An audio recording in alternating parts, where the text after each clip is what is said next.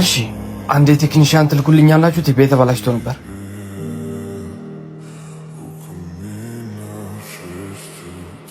ይሄ ነገር መፈታት ሳይኖርበት አይቀርም። ትችላለህ።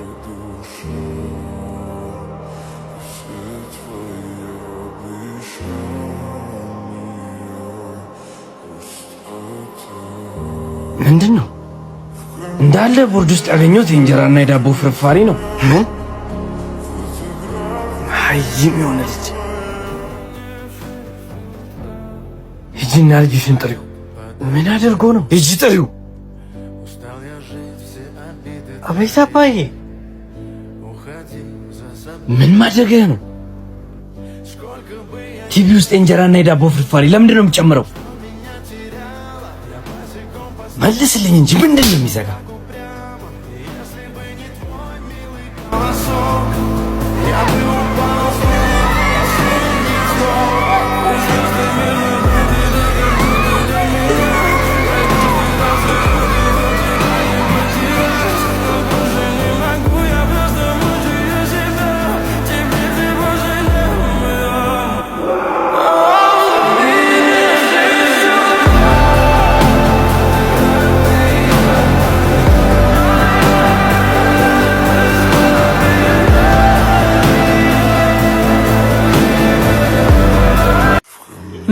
ማዬ የሆኑ ሶስት ሰዎች በር ላይ ቆመዋል።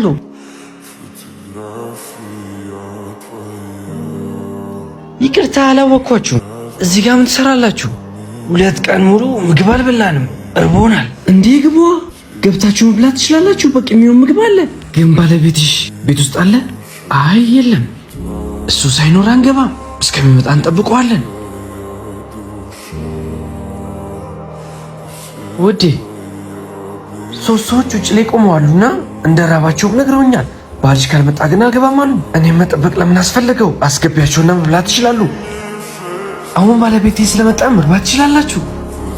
3ታችንን መግባት አንችልም። ከ3ታችን አንዳችን ብቻ ነው መግባት የሚችለው። እኔ ፍቅር ነኝ። እኔ ስኬት ነኝ። እኔ ሀብት ነኝ። ቤታችሁ ከገባው ምንም ችግር አያጋጥማችሁ።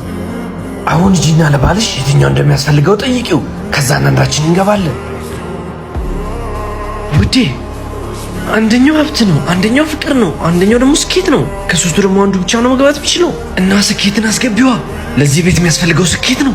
እንዴ ለምን ሀብት ይግባ እንጂ የተሻለ ኑሮ ከድህነት እንወጣለን። አይ እማዬ ፍቅርን ጋብዘው፣ ፍቅር መጥቶ ይብላ።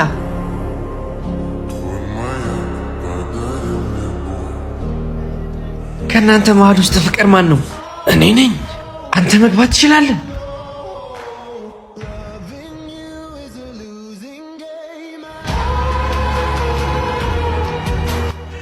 እኔ ፍቅርን ብቻ ነበር የጋበዝኩት።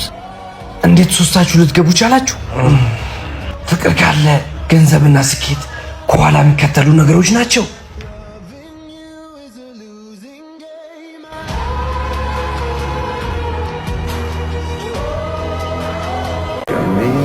ይሄ እንቁላል ስንት ነው?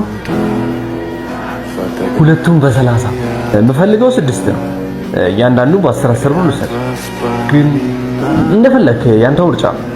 ቆይ ውሰዳቸው። ምናልባት ለኔ ጥሩ ጅማሮ ሊሆን ይችላል። ምክንያቱም ከነጋ ምንም ነገር አልችልም። እናም ለእንጀራዬ ያስፈልገኛል እንጂ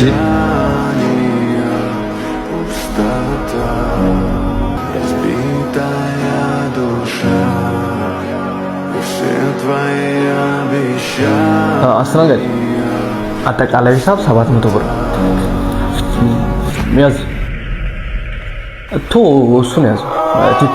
በጣም ነው